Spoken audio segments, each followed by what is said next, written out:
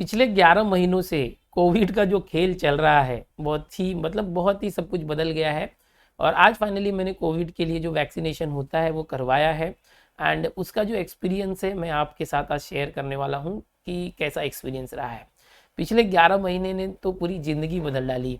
Covid की वजह से जो लॉकडाउन लगा तो ज़िंदगी ऐसे हो गई थी जैसे कि मतलब खुद को ही घर में कैद करके हम रखे चले जा रहे थे।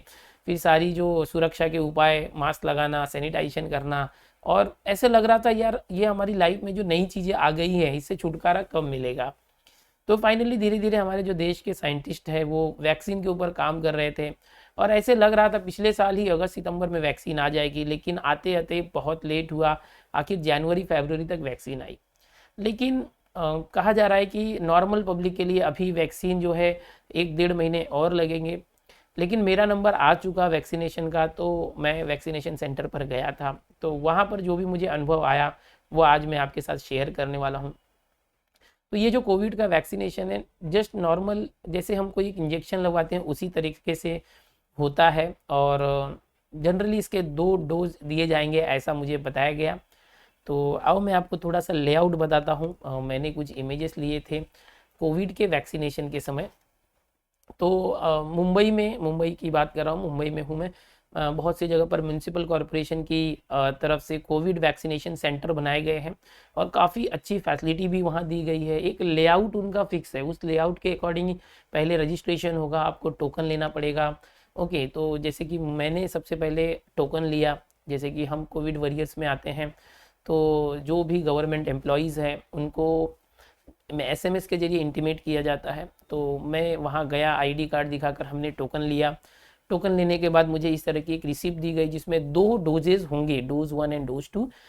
तो आज 13 फरवरी को डोज 1 मुझे दिया गया और डोज 2 जो है वो 28 दिन के बाद कहा गया कि हमें एसएमएस आएगा, उसके बाद हमें जाना होगा। इसलिए यहाँ पर कोई डेट नहीं दी गई है। इस तरह से अलग अलग ब्लॉक बनाए गए हैं, ब्लॉक 1 ब्लॉक 2 वैक्सीनेशन रूम के लिए, जहाँ पर एक नर्स होती है और एक उनके असिस्टेंट जो वैक्सीन देते हैं 1 to 1। ओके, अब ये मैं ही हूँ, मुझे वैक्सीन देते हुए नर्स जी हैं।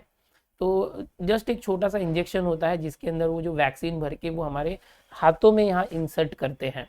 और मतलब थोड़ा ज़्यादा ही लिक्विड होता है।